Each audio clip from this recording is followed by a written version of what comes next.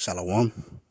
All praises of the Most High, Yahweh, Bahashem, Yahweh Shai, Bahashem Rakakwadash. Double honors to the apostles and elders of Great Millstone who rule well. Peace and salutations to you, brothers, and hopefully elect out there pushing this word in truth and sincerity. This video here is going to be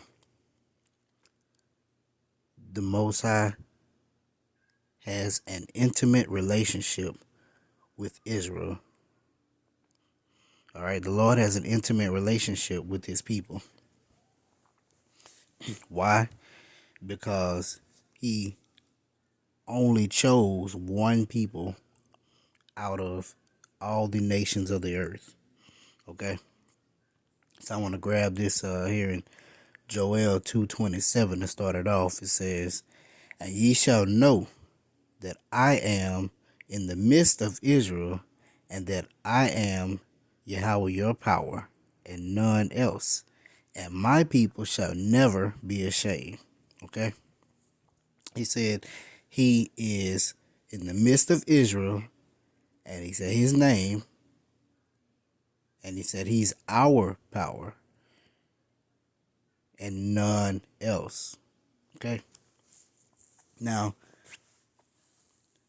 like I said, out of all the nations, out of all the families of the earth, he chose one nation, he chose one family, the Israelites. Okay? And and he surnamed us also. Okay? Because, it was Jacob. Jacob's name was changed to Israel. But I want to grab this real quick. This is Amos chapter 3, verse 2. "You only have I known of all the families of the earth. Therefore, I will punish you for all your iniquities." Okay? You only have I known. Now, I want to focus on that word know. What does it mean to know? See if we can get anything in here. Yawadah, to know.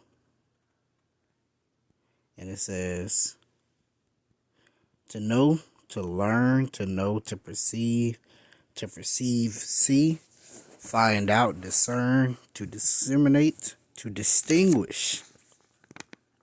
I distinguish you from among everyone.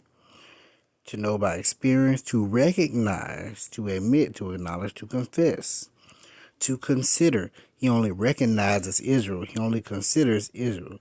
To be acquainted with. He's only acquainted with Israelites. Okay? To be made known, be or become known, be revealed. He only revealed himself unto Israel. Just the same thing. Okay. So we got on that. Okay. I want to get a little bit, see if we can get a little bit more. Give me a sec. I'm just curious. I'm going to look up this word know on thefreedictionary.com.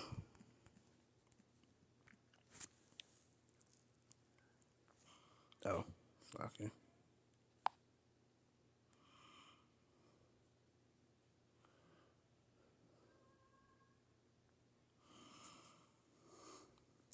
Hopefully I don't get a call or a message during this time.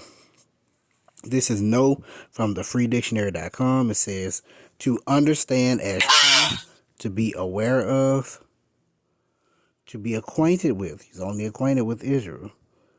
To perceive directly, grasp in the mind, regard as true beyond doubt, to have practical understanding. Let's see.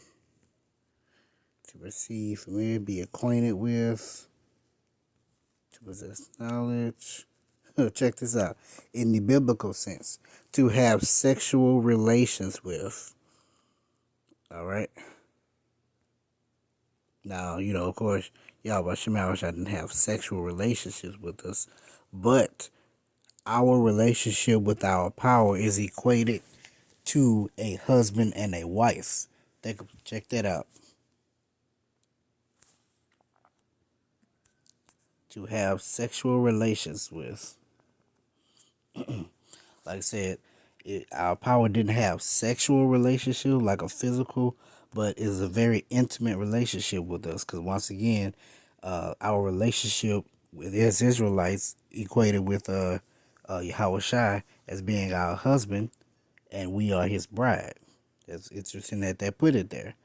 Matter of fact, let's see, turn this back off.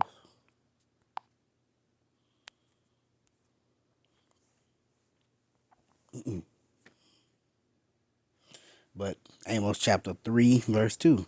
You only have I known of all the families of the earth. Therefore, I will punish you for all your iniquities. So our power has only known us. Our power has only put his name upon us. Matter of fact, let's get that in Genesis. Let's see. I think it's the 32nd chapter.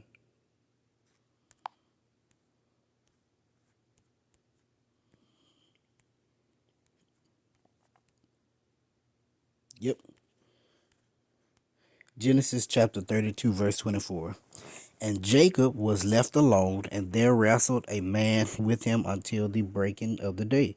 And when he saw that he prevailed not against him, he touched the hollow of his thigh. And the hollow of Jacob's thigh was out of joint as he wrestled with him. And he said, Let me go, for the day breaketh. And he said, I will not let thee go, except thou bless me. And he said unto him, What is thy name? And he said, Jacob. And he said, Thy name shall be called no more Jacob, but Israel, for as a prince hast thou power with God and with men, and has prevailed. See that? So at this point in time, as Jacob was wrestling with that angel, okay, he changed his name from Jacob to Israel, meaning he is a prince of the power, or he's a prince of God. Okay. So now we have been surnamed. Okay. Back in Amos 3 and 2, he said, You only have I known of all the families of the earth. Okay. Did not it say to know means to have, in a biblical sense, to have a sexual relationship with or relations with. Okay.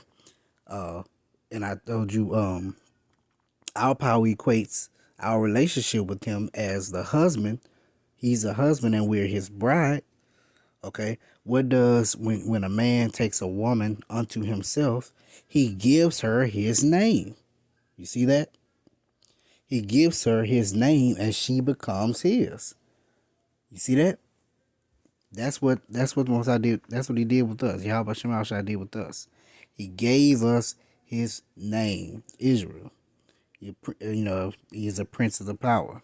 Okay. Let's see. Let's grab this here real quick.